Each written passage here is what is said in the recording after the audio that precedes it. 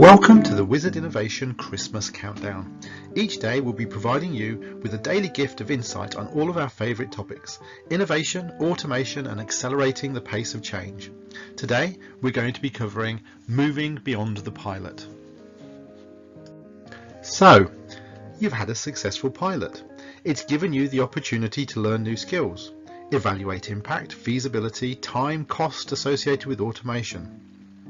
Experiment with new ideas and understand how to best fit with your own company, culture and people. You've obtained customer feedback, identified key risks or adverse events and established how to mitigate them in the future. In other words, you are now ready to move beyond the pilot and make predictions on what the operation is going to look like at scale.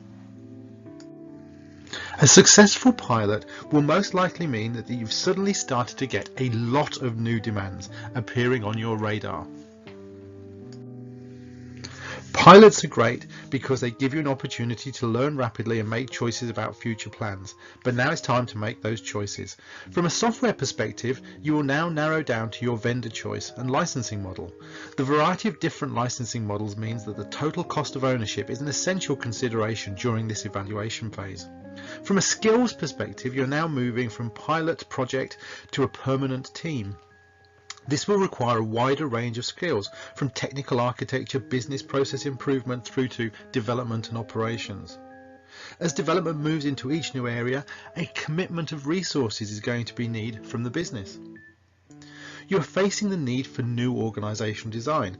At the most basic level, this is for the mechanics of day-to-day operations such as steering and governance.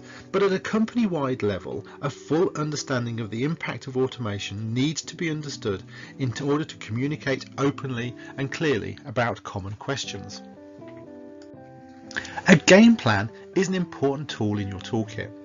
A game plan gives you the opportunity to identify a clear vision of what you're trying to achieve and then understand the bold steps you need to get there. Here's an example: 6 key phases to go through in terms of delivering an RPA operating model. It starts with raising awareness. It moves into identifying those initial opportunities, but then actually when you productionize this, how do you prioritize that backlog on a continuing basis? What is the new organizational operating model, the responsibilities, and how do you integrate within the existing technology landscape? The link between process improvement and RPA is very strong. The two skills need to be understood and also are a key part of your development process. But development also needs an understanding of testing and productionization and implementation. And then once you're up and running, your robots will run 24/7. So you've got to have an ongoing operations function that can maintain, support and change them as needed and monitor them as needed.